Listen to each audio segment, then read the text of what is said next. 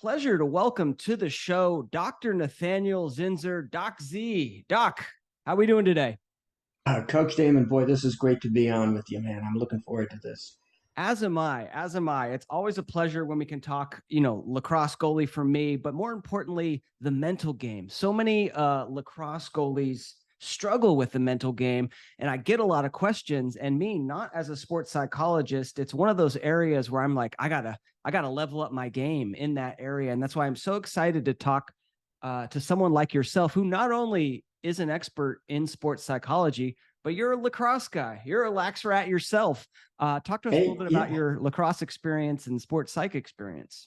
yeah. Well, I tell you, the reason why I got into sports psychology as a profession was because I was a competitor. Okay, I was, you know, I was a state prep school wrestling champion in New Jersey.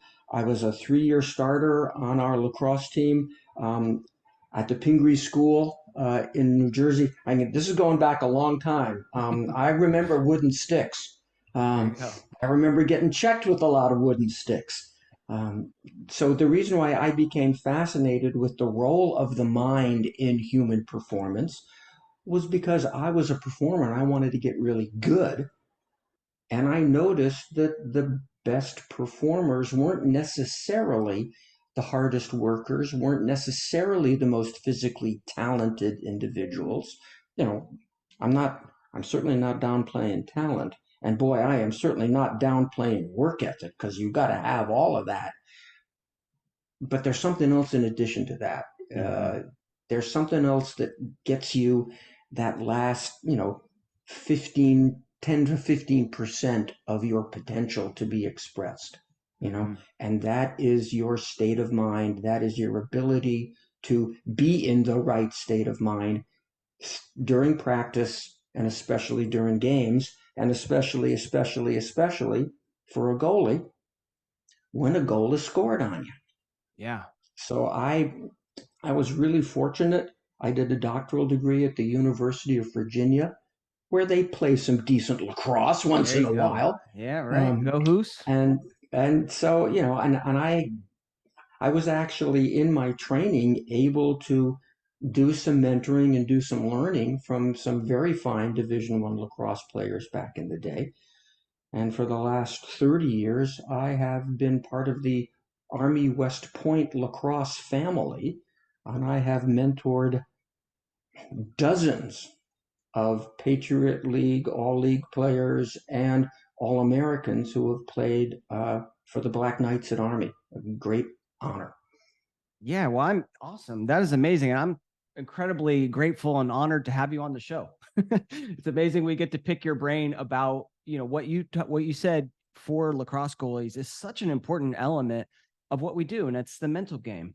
And you've written a book pretty much all about this topic, but I want to pick your brain about confidence. Mm-hmm. I'm hoping that myself, you can arm myself and the lacrosse goalies out there listening to this with some tools that we can take away and sort of incorporate into our own game to become better. But when we think about a goalie building confidence, big question, right? How does a goalie go about building confidence? What comes to mind for you? Well, first and foremost, let's define confidence in a functional, sort of performance related way. Perfect. Okay. Okay. My working definition of confidence is this: it's a sense of certainty about your abilities that allows you to execute said abilities pretty much unconsciously. A sense of certainty that you can do something, or that you know something well enough that you don't have to think about it, talk yourself through it while you're doing it. Yeah. Okay? Okay. You think about the way you are, lacing up a pair of shoes, which is a complicated motor skill, lots of joints, lots of nerves, lots of muscles. But you do that relatively unconsciously. You don't think about how much tension is at each eyelet necessarily, and how much extra lace you have. It's something that you've practiced to the point where I got it, I know it, I don't have to think about it, I'm certain. And it's that level of certainty that's really, really helpful when you step into the crease. I Yeah. know how to move. I know how to track the ball. I know how to direct this defense. I know this stuff. I can be certain. Let's go see how good I can be at it, rather than stepping into the crease and saying, okay, this is a big game. I got to watch out for number 8 or number 22, or this guy loves to, dodge this way. And I really got to make sure that I'm talking to this D midi, make sure he slides when we're in this package. And instead of being all caught up in the technical and tactical stuff, you just have to have a sense of certainty about that so Mhm. that you can be automatic and be maximally effective when the ball is in the air. Yeah. And when you think about that sense of certainty, building that sense of certainty, Yeah. is it about reps? Is it about reps? Is it about me tying my shoe 1,000 times so that on the 1,001th time I know that it's there for lacrosse goalie? Is it about seeing 1,000 shots, or is there something Well, more it's to it? it, it it's about seeing enough shots, and then most importantly, drawing a conclusion from the shots you have faced. It's not necessarily what you have done. It's the conclusion that you draw from it. I have seen enough. Now I know. Now I can be more unconscious, more relaxed, more instinctive. Mhm. There are plenty of goalies who have seen a bazillion shots, but because of the conclusions they've drawn, they may only be emphasizing in their memory the ones that they didn't get, or the ones that seem to always baffle them. Come in low off stick side, or Mhm. high corners. They may be differentially focusing on, obsessing on just a few misses and mistakes, as opposed to giving themselves credit for all the ones they did say. Mhm. You know, really saying, okay, I've done this, I've done this, I've done this. I think, coach, it's really a matter of getting goalies to look for evidence about how good they are. Look for evidence. Look for, remember the saves you made. Remember the good movement you had. Remember the good outlet you had. Maybe you had 4 or 5 really good outlets in the game, but there was one stinker. What are you going to remember? A lot of guys say, "Oh, I remember that stinker. That always stands out in my memory." I'm saying, dude, you're undermining your confidence when you do that. Your confidence, that certainty we're talking about, is basically the total of all your memories about your play and all the things that you say to yourself about your play. So you want to be really careful about how you think, and this is the message that I'm constantly given, um, to goalies in particular, lacrosse players in general, and there's a lot of competitors in a lot of other sports. You got to be very careful about how you think about yourself. You Mhm. want to make sure that you are retaining and feeling good about the episodes in your game and the episodes in your practice where you have shown good effort, succeeded. Those are the things that you want to hang on to. Don't worry. You got coaches, they'll remind you, you know, about a footwork mistake here. They'll sit with you and they'll break down the film and say, look at the way you're playing this guy coming around GLE. Are you right on the pipe? Are you moving right? You know, you don't have to worry necessarily about being your own harshest critic. That's what coaches are for. You got to be your own best and most honest friend. Your friends are going to congratulate you when you do it right. Your best friend is also going to say, hey, man, I think you kind of messed up, but don't worry about it. I know you're going to do fine. You got to be that way about yourself. Yeah. Yeah, I've Yeah. covered a heck of a lot of ground there, coach. I love it. I love it. This is good. I'm taking notes over here. Okay, so look for examples of when you have done it right. So if I'm a new goalie, right, and I don't have a lot of confidence, I've got to look for those examples of when I did do it Mm-hmm. right.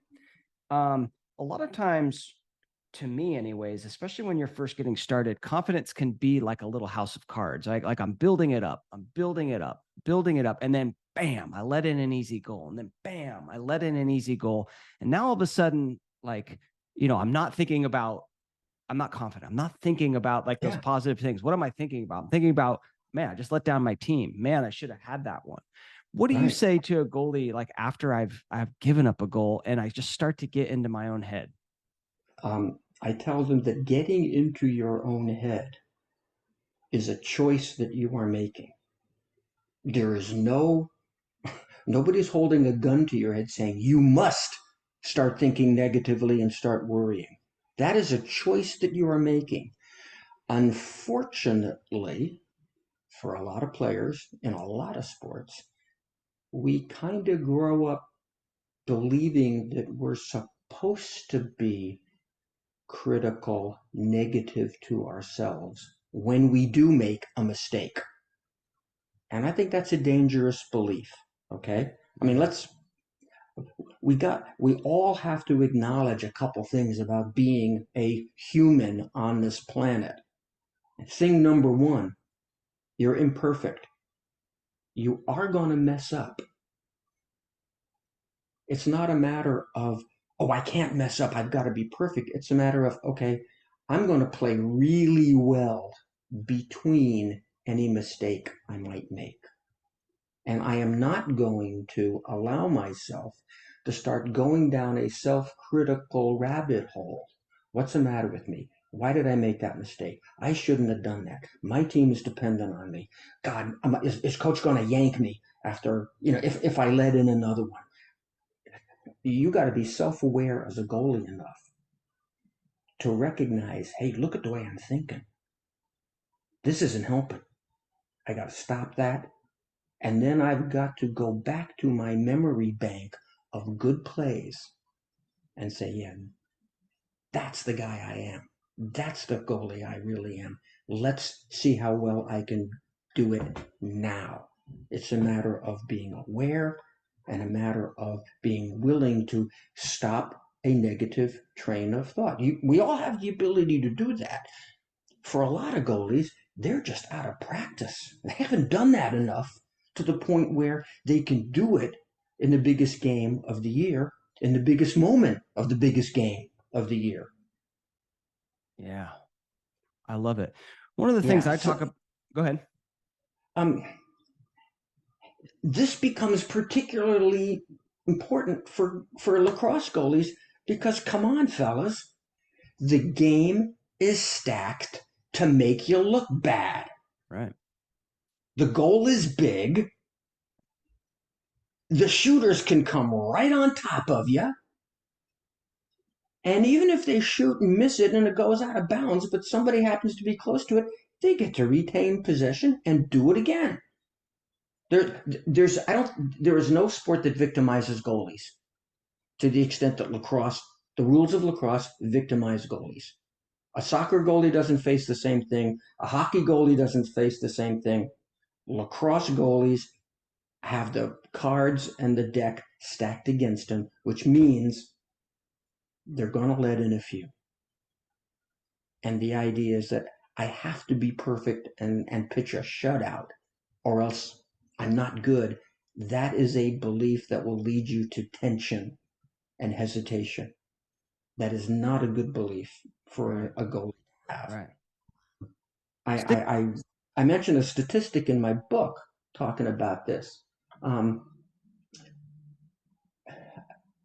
A goalie on our women's team at West Point, had, I think, the second best goals against average in the country. 7 point something. Okay. Which means 7 times in the game, she's got to reach back, pull the ball out of the goal, hand it to the ref. Meanwhile, the opposition, who just scored the goal, they're jumping up and down, whooping and hollering and congratulating themselves. Right. 7 times every game. When you think about it, that's once every minute of play. And that's the best goalie in the game. So come on, fellas. Don't think that you got to be perfect. You just got to screw your head on right, play as well as you can, each minute, each possession.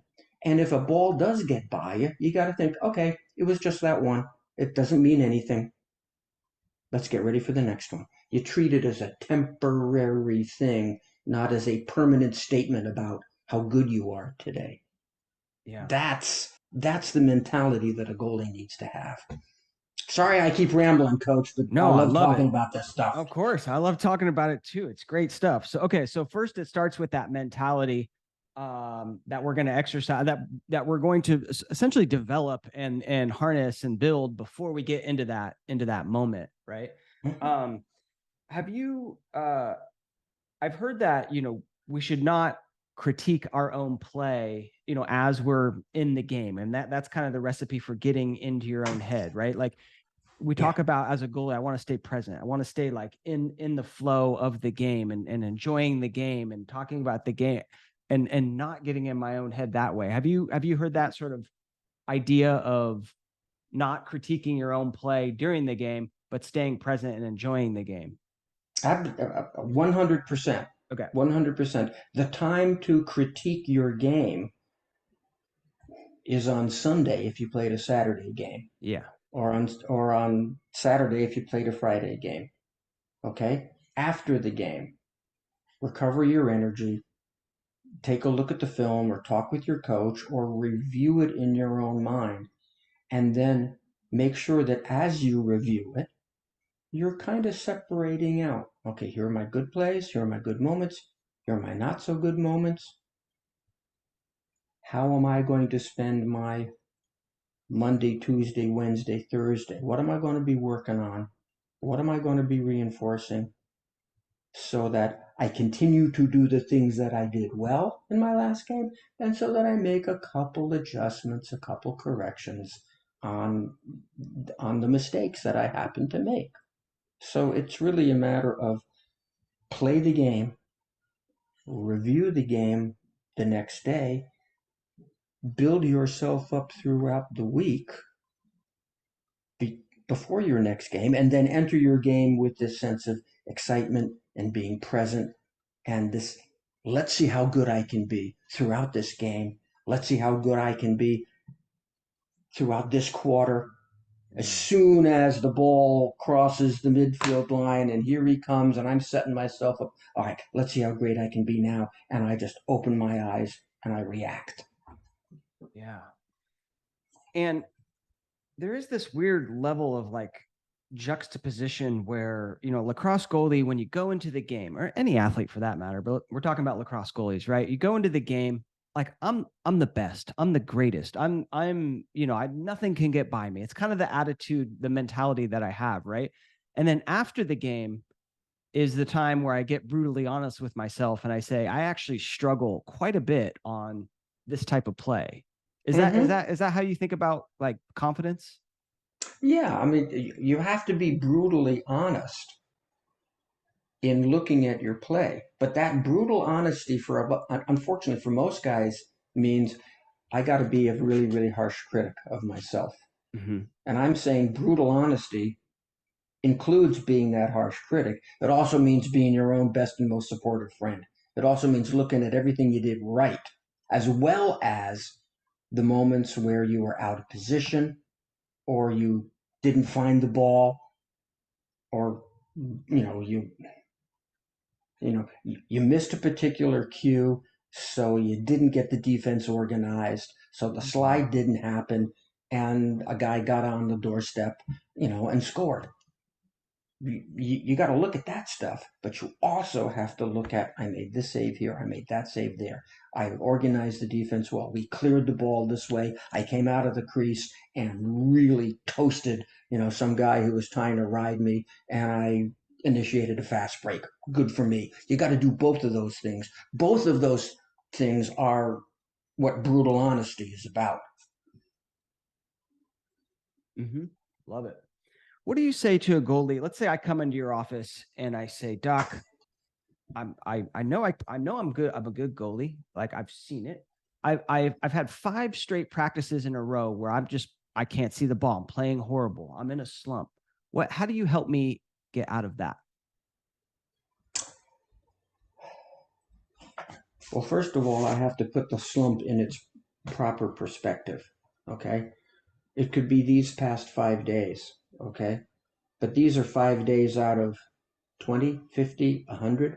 Let's not let's not read too much into those days, and let's not assume that these 5 days tell the full story about you as a goalie.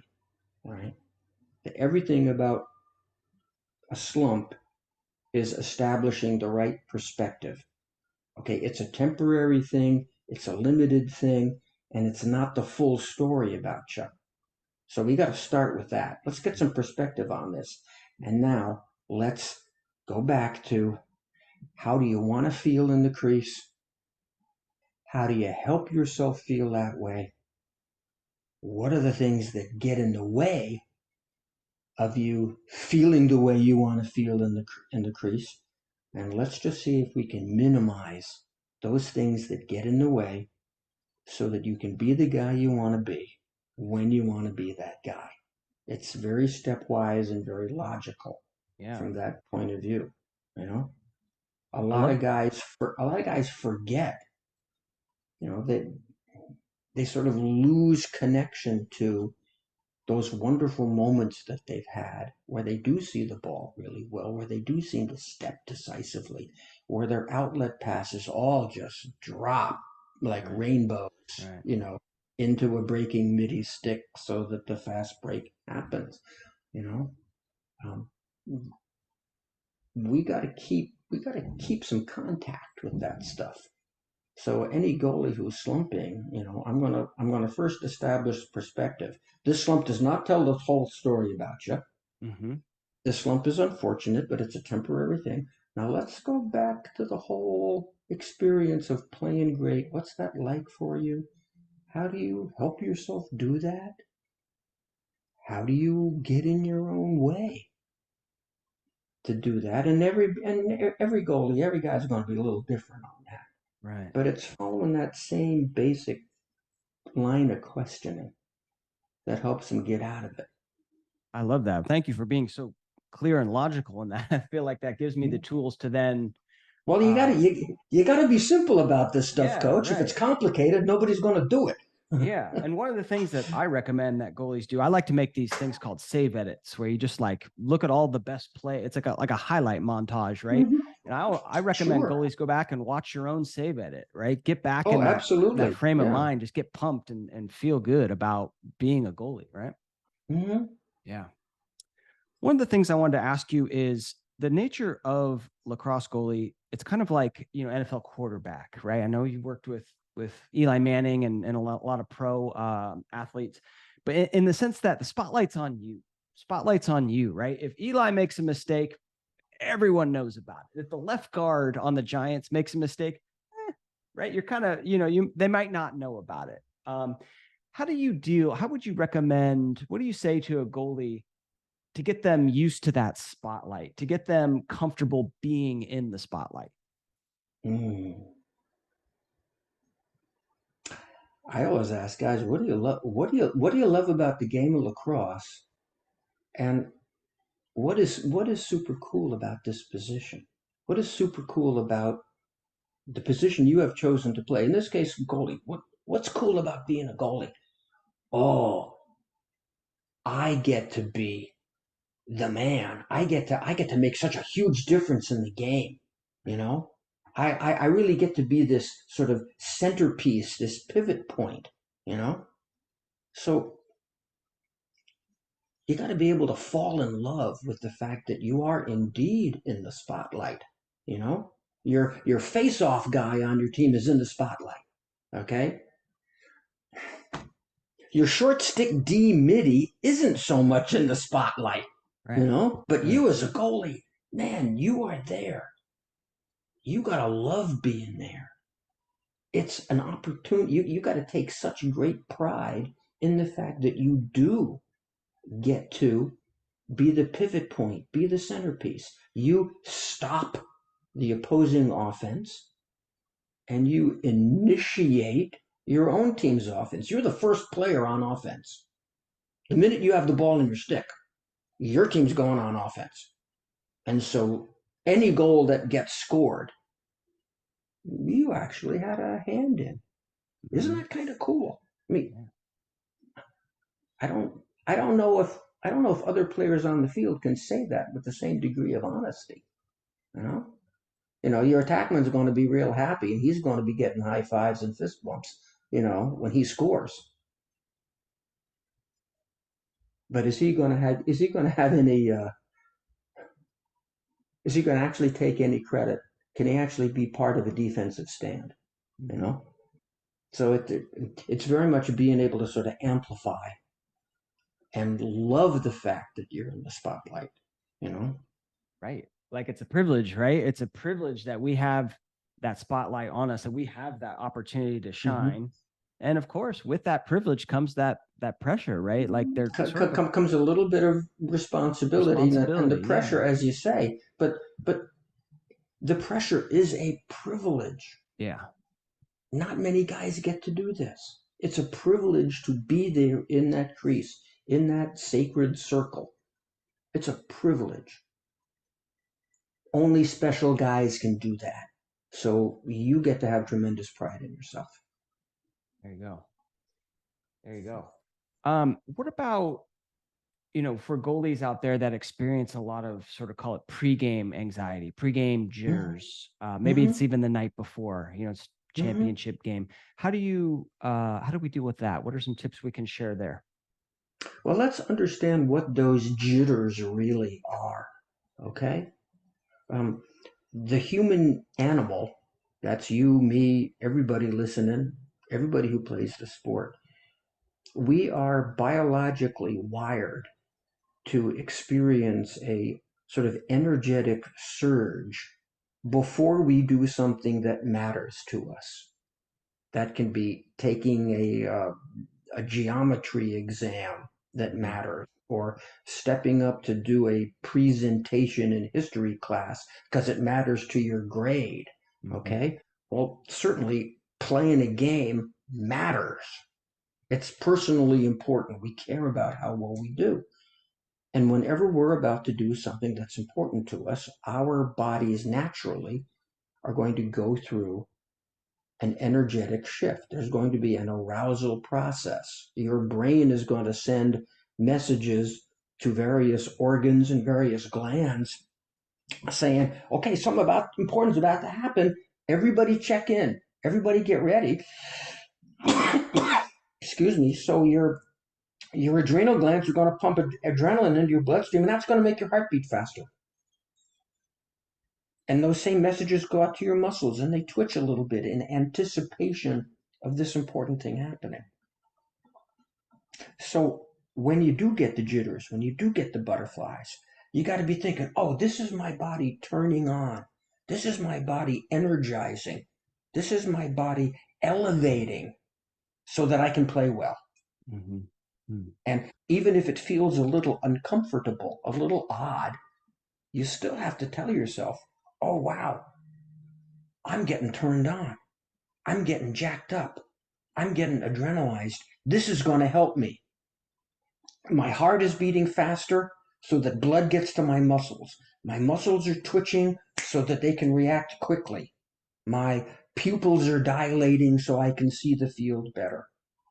I am basically experiencing some naturally produced performance enhancing drugs that are going to help me play better.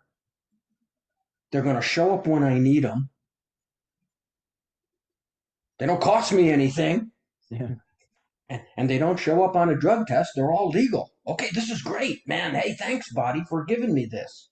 Uh, so I'm really encouraging people to look forward to the jitters, to look forward to the butterflies as signals that their body is going through this performance enhancing process. Even if that means you got to go to the stall and let go of lunch, that's just your body getting rid of stuff it doesn't need at the moment. It's getting you ready to go. You know? I'll tell everybody that, in every NFL locker room there is a great big garbage can right in the middle of the floor. And before games, all of those guys are getting paid millions of dollars to play pro ball on TV. There's a whole bunch of them that are just puking up lunch. Mhm. It's just part of the weekly ritual. And guys actually look forward to that nervousness because it means that their body is ready. It means that they're serious about doing this, and they know it's time to retire from the game when they don't get nervous at all anymore, when it's not important to them. Mm. So I ask people to respect their body's natural biological energizing process, to expect it to happen, to embrace it when it does happen. Say, thank you, body. Yeah, this is a gift. Let's go see it. Let's see what we can do with this. Love it. Love it. Amazing. Yeah, this is great. Thank you so much for again. It's such a clear answer, right? That is our body's way of preparing ourselves. And it is uncomfortable, right? And that's why a lot of goalies say, well, how do I deal with it? How do I give me some tips on how to deal with it? Because you're not used to that level of uncomfortableness. Well, Yeah. the answer is like enjoy it because Enjoy yeah, it without because that, it's gonna help you play. Yeah, yeah, I mean, does it feel unusual? Sure, it does. yeah, Okay, come on, stepping into the crease and having some guy run at you full speed and fire a rock hard rubber ball at your face. That's not a normal thing to do. yeah, You know, being a goalie is not a normal thing. Why would you expect your body to feel normal before a game? You're about to do something unusual and extraordinary, so your body is going to energize you in an unusual way that it doesn't do, when you're brushing your teeth or filling your car up with gas or, just doing a routine everyday kind of thing. You know, your yeah. body's going to give you something special when you're about to do something special. You just got to look at it that way. And when you do, you're comfortable being a little uncomfortable. Love And it. that's what playing the game is all about. Love it. I want to get your take on lacrosse goalies getting hit with the ball, Oh, right? man. So we're very much underprotected. I think. I mean, I always encourage youth lacrosse goalies to get padded up, right? To wear the Yeah. football pants, to wear the thigh protection, to wear the shin guards, to get the best gloves you can, to get padded up. But they're still going to get hit, right? And a lot of goalies start to fear that pain. Mm. And you can't, if Eli Manning is thinking about the pain, I've never been hit by a 250-pound linebacker in the back. I imagine that hurts. If he's thinking about that pain, right? He's not thinking about the play and he's not like playing his best if he has that pain. And that happens to lacrosse goalies as I take one on the shoulder and the leg or some exposed area. And Mm-hmm. now all of a sudden, like I fear the shot. And so instead of being confident and big and attacking that shot as they shoot on me, I get smaller. And that is Yeah. very physical, right? But I also think it's mental. So I want to kind of get your take on that. God, I have such vivid memories of the bruises that, Yeah. I used to play with on my upper arms, back in my playing days. Um, I guess, Coach, it's another one of those things that you just have to accept as basically a badge of honor. Okay, you know, the attackmen are going to a lot of attackmen still wear full length shoulder to wrist arm pads. You Mm-hmm. know, most middies are at least going to wear something on the elbow. To protect that sensitive joint from stick checks. Um, you got to take some pride in stopping the ball with whatever. You know, it's nice to catch the shot and have it right in your stick and be able to fire an outlet. It's nice when you make a stick save with either the butt end of the stick. You saved the goal. You kick save, you take one on the hip, you take one on the shoulder. You made the save. You made the save. Boy, that is a testament to how special you are. You know. Mm-hmm. So every little one that you get, okay, yeah, it's gonna hurt, but boy, you get to take pride in how well you do it. So you get to say to yourself at the end of the game, yeah, I stood tall. I took some punishment. Good for me. Uh, Again, it's just something that you have to shift your perspective on. Mm-hmm. You're absolutely right. If it's the third quarter of the game and you've taken a couple and you're thinking, oh my God, this is really going to hurt if they shoot there again. I mean, that's where you got to say, oh, wait a minute, mind check here. I'm not thinking effectively at all. I'm going to stop this thing. I don't care how. I'm a tough enough guy. I'm a tough enough gal. I can stop this. Is it going to hurt? Yeah, maybe. I don't care though, because I'm so proud of being here, doing what I can do, helping my team. Yeah. Uh, it's all about perspective yet again. Yeah. It's like that desire to save the ball to help the team has to be like much greater than that fear, right? Exactly. Yeah. Exactly. I mean, and by the way, acknowledge the fear. Okay? Acknowledge it. Yeah, it's I don't want that to happen. Okay. But I'm not going to let that fear stop me. I'm not going to let that, like as you say, shrink me. I'm going to play big, you know. I'm going to cover as much of this goal as I can. I'm going to step aggressively uh, the right way into every shot. Yeah. I'm going to do what I know how to do.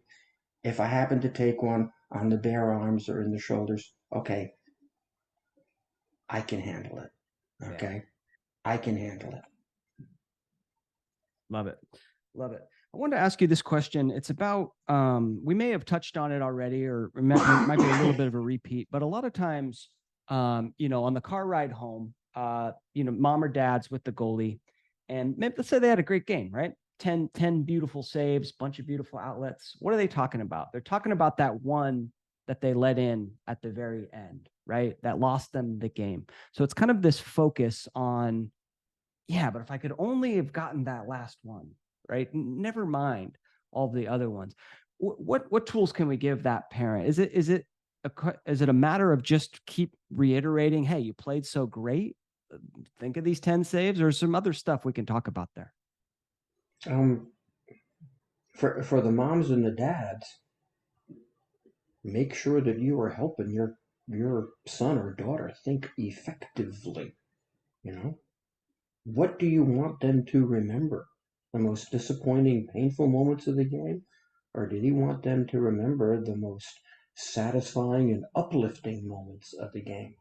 You know, so I think an obvious question is, well, what's the best thing that happened out there today? You know, or I love the way you did this at during this quarter. Okay. I love that save you made on the doorstep, when number 17 had a pretty clear shot at you. You stood tall and you robbed him. Way to go. That was great. Let's just talk about how cool that was. You Mm-hmm. know, I Yeah. mean, this is especially important for younger players because mom and dad, you're going to be encouraging your son and daughter to reflect in a certain way. You know, Mhm. if your guidance, as it were, is to really be a harsh critic no matter what happened, you're going to turn your son into a harsh critic. Why don't you help him be your most brutally honest friend? Okay, and get that process started with, what was your best moment? How'd that feel? What are you going to work on in practice this week in order to continue to feel that way? Parents can be extremely helpful, you know. And I'll say this: I wrote a children's guidebook 30 years ago, and this is one of the questions that I dealt with. My parents are kind of over involved, and et cetera, et cetera. Sometimes a player has to tell mom or dad, "Look, I do a whole lot of very careful reflection at the end of every game. Let's just have silence in the car ride home so I can process it, and we'll talk about it later." Yeah. As Right. as a player, you get to say that. Don't feel that you owe an explanation. You're the one who was out there in the game. You were playing. If you just want to have peace and quiet during the car ride, that's your right. You can ask for that. Yep. At some point, maybe after dinner or the next day.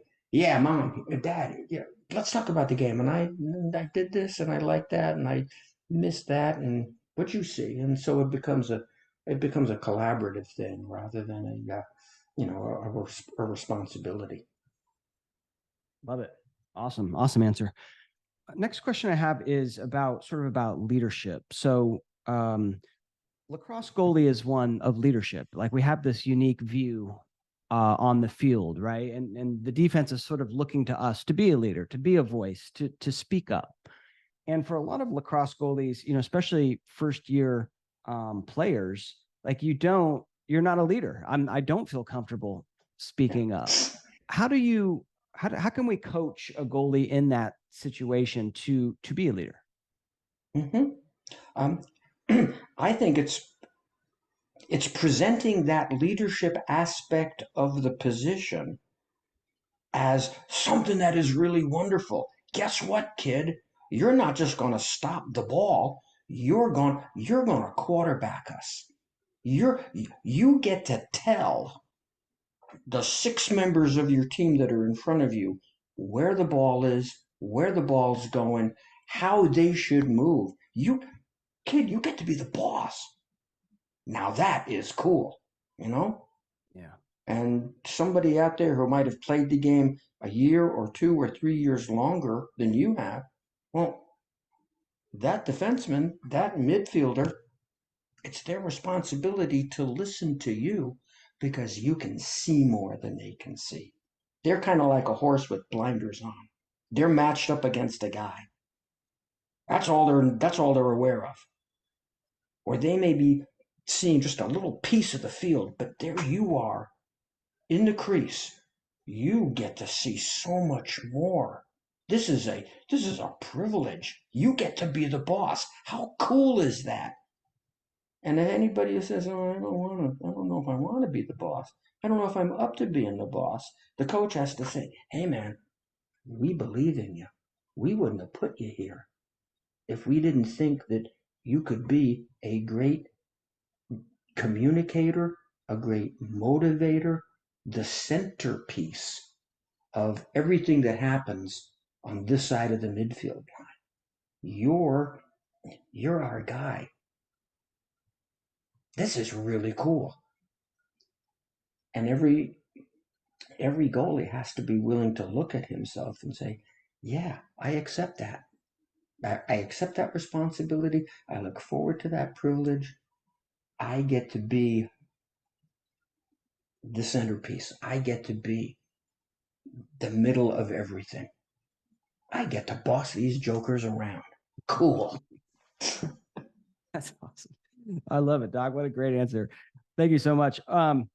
You worked quite a bit with Army West Point's lacrosse team, and in particular, Knox Dent, who I had on the podcast a couple episodes ago. Awesome, awesome young man.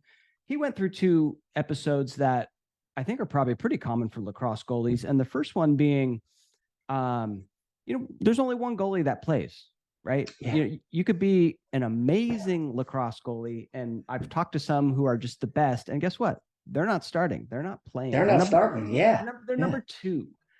How do you coach a goalie through that, right? Because that can be very difficult mentally, being like, man, Oh, I'm yeah. I'm awesome. I'm a great goalie, but I'm not playing. How do you But I'm not help a playing. goalie through Yeah. that? Well, every number two goalie has to understand that he's about 15 seconds away from starting. Sure. That's all it. Coach could call on me any minute now, you know? As good as whoever is starting might be, he or she is not invincible and something could happen, okay? They could they could slip on a banana peel, they could have a collision that takes them out. It's my job as a number two guy to be ready in 15 seconds because I'm 15 seconds away from starting. So I have to prepare all week long as if I know beyond a shadow of a doubt that I am indeed going in. I'm going in. I'm going in. I got to prepare like that's a certainty. Now, And then the game happens. You're on the bench. Okay, I'm not going in. Am I ready to go in at any moment? Am I ready to go in at any moment? Am I really watching how the opposing offense is working? Am I really studying how well our defense is moving? Which of our defensive guys are really playing shutdown one-on-one D? Who needs a slide? What are the tactical situations? I just can't sit back there and say, yeah, I'm not starting. What's the point? I'm just gonna check out. No, no, no. You as the number two, man, you gotta be studying, you gotta be tuned in, you gotta be ready to go, ready to go, ready to go. And you get to take great pride in that. And getting back to Knoxton, that is something that he really did well. He really did that well for 3 seasons, sitting on the bench, playing. Well, nobody sits on the bench anymore in the lacrosse game. You're all standing on the sideline, jumping up and down. Right? Yeah. Knoxton was on the sideline, ready to go, practicing really intensely all week long, studying the scouting report, taking pride in how ready he was. Only the starter gets to take pride in how well he or she plays. But the number two and the number three goalie all have to take pride in how well they prepared and how ready they were to go in. You know, Knoxdent could recite point by point all the stuff in the scouting report against Lehigh, Lafayette, Cornell, Navy, whoever we were playing. Okay, yeah, it's their first midfield line is this guy, this guy, this guy, this guy, and he could tell you 10 things about each of those guys because he studied and he was ready. Same thing that Wyatt Schupler, the starter, was doing in those years. Hmm. So when Knox had the opportunity, boy did he embrace it, and boy did he play lights out. Right. Um, right, I think he had the like second or third best shot save percentage in the country. A very impressive statistic. Oh, he's up there. He was All American, which is just so incredible, especially given the next point I want to bring up, which is he got hurt. He got hurt. Mm-hmm. I talked about it and showed this save on my Instagram and kind of went viral because it was such an amazing. He goes back behind the goal to like pick off a pass and then misses it and tries to like stop and cut and get back into the goal, and you just see his knee go out. And that's Goes where he hurt his knee. But yet he leapt back into the goal mouth and made a save. It was Yeah. unbelievable. Anyway, how do you then, because a lot of goalies have some sort of injury. I mean, it could be a sprained ankle, could be anything. How do I mentally handle that? Because I'm sure, like, as I go back in, do I really trust my knee? Right? That's all mental. I mean, there's a whole physical element to it of Mm-hmm. getting your knee and your body back to the physical strength that it needs to have. But there's also a mental element to it, Yeah. right? How do we approach that? You know, that's a really interesting question, Coach. And there, I've seen several. I've known a lot of guys who have had to deal with that. Okay, they're coming back into the lineup and they get their ankle taped or their knee taped or their elbow taped. Uh, they're taking Motrin before the game to minimize the inflammation. And let's face it, they're not 100%. They acknowledge that they're not 100%. But they decide that whatever percent they are, they're going to bring all of that. Mm, I'm at 80%. I'm yeah. going to bring 100% of my 80%. I'm going to bring everything I've got. And here's the kicker, I'm going to choose to believe that my 80% is enough. It's enough. However good I am today, 100% of my 80% is enough for me to play great and get the job done and support my team for a win. Okay? I know I'm not at 100%, but I don't need to be at 100% to play great. I'm going to choose to think that like I say, my 80% is enough. You know? And I'll tell you this, this is another, point. Depending on where we are in the season, nobody's at 100%. Everybody's a little bit dinged up, you know. So even if some opposing attackman on the team that you're going to be playing against in 2 days, even if he's got some impressive stats, don't think that he's feeling perfectly. He might have a little dinger here or there, you know. It's perfectly possible that you know he's failing a class at school and it's got him a little bit concerned, or maybe he took a hit in the last game, so our ribs a little sore. Right. Don't assume that just because you're less than 100% that you're now less than your opposition. Maybe they're only at 80% too. Mm. So you got to make the decision. I'm good enough. What I got is enough to play great against this particular team. Love it. And Love it. these are the kinds of discussions that I had, with Knox Dent for years. You know, Yeah. um, That if you're brings up, hurt, if you're hurt, take care of yourself. sure. But once you've made the decision, once you've been cleared to play, and you've made the decision to play, well, then make the damn decision all the way. I'm good enough. I'm good enough. Whatever percent I've got, I'm going to bring it all, and that percentage is enough for me to succeed. Yeah. That brings up a question for me of confidence versus arrogance. Yeah. And sort of where the line is, because some people might listen to that and be like, that's kind of arrogant to think that I'm at 70% and yet I'm still the best. Right. Mm-hmm. But is it a matter of just, towing the line between confidence and arrogance and being confident and yet not going on to arrogance? Or how do you think about the difference between those two? Yeah. I use the term healthy arrogance. Healthy I think there arrogance. is a healthy level of arrogance, a level of arrogance that helps you play as good as you can play. I separate that from the kind of arrogance that we see trash talking, taunting, Mm, calling undue attention to oneself. You know, if you're going to succeed at a competitive level, you have to have a sense of yourself. You have to have a sense that, yeah, I'm good enough. Okay. Do you have to broadcast that to the world? Not necessarily.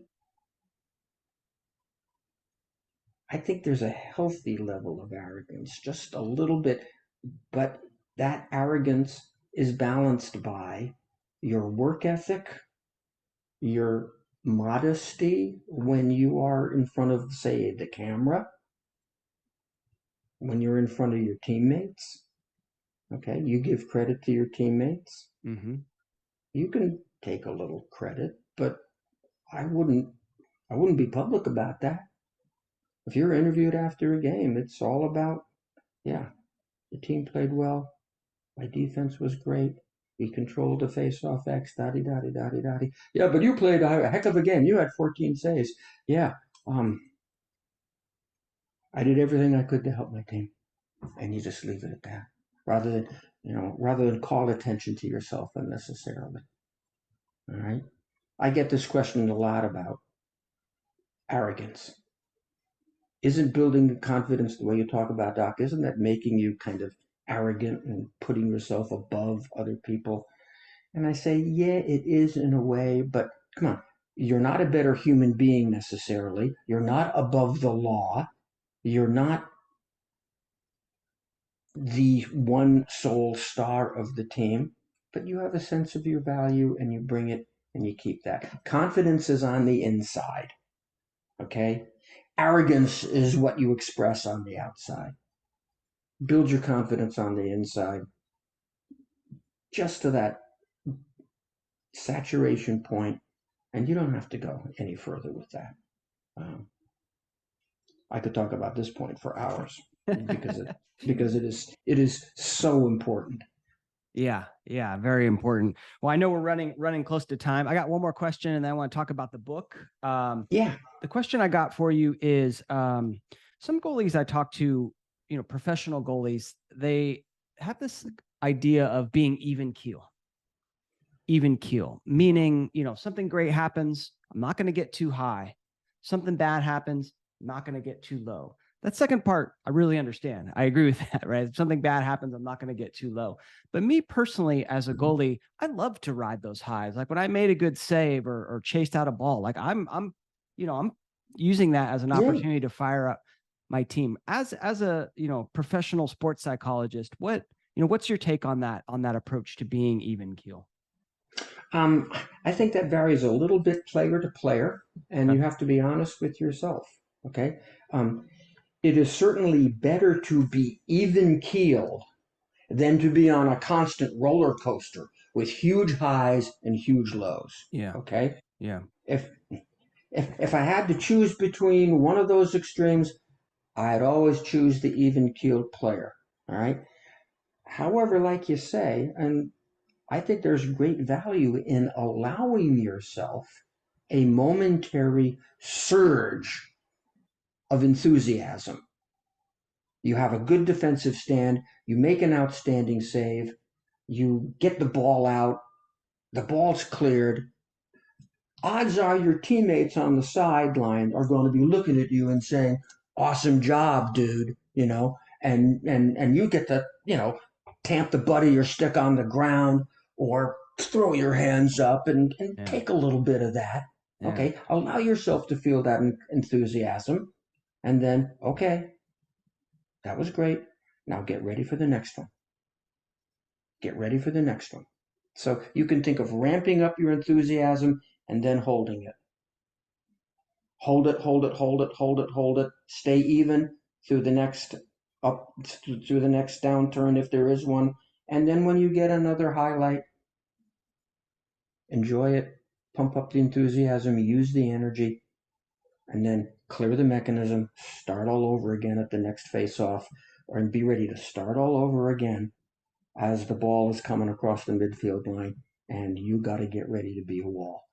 You know, Love it. I encourage goalies to have a sort of personal routine or mantra every time the ball crosses the midfield line and is coming in their direction, whether they just got scored upon or whether they just had a highlight save or anything in between. You want to be in a certain state of mind no matter what. So you got to be able to maybe come down off that high and center yourself and be ready. And you certainly don't want to let yourself get depressed because you let in one or two or three in a row. So be even if you need to, and if you can, allow yourself to get pumped up by the highlights. That's Love it. my take, coach. Love it. Doc Z, thank you so much. I can tell that, you're an author because I've written the way that you answer questions is so simple and organized and well thought out. And I have found that when I have to write blog posts for how to do a particular thing, you really have to organize your ideas quite a bit. And so writing helps you organize your ideas. And you've written a great book, The Confident Mind, a battle tested guide to unshakable performance. I recommend that all lacrosse goalies pick up a copy. What made you want to write the book? Because of the number of people who came into my office week after week after week saying, I just don't seem to have the confidence that I used to have. Mm-hmm. You know? I was I was all state 3 years in a row. I was captain of my team. Here I am in my new, collegiate or professional situation, and I just don't feel as good about myself anymore. You know? So I felt that there was a need out there that I could fill. Love it. Nate Zinsser.com/book. Is that where I should send people? You can go to Amazon, you can go to Barnes and Nobles, you can go to any of those online retailers. If you want to communicate with me directly, natezinsser.com has a portal, and there'll be a link to the book there and a link to me. Awesome. Doc Z, if you had to leave the goalies out there listening to this with a final piece of advice, what would that be? Isn't it great to be you? Boom. Yeah. I want them to answer that question. They got to answer that question the right way. Yeah, You know? I love it. Doc Z, thank you so much. Hey, Coach State, this has been a pleasure. My best to you and my best to all the goalies out there. Go have a great experience finding out how good you are and how great it is to play this game.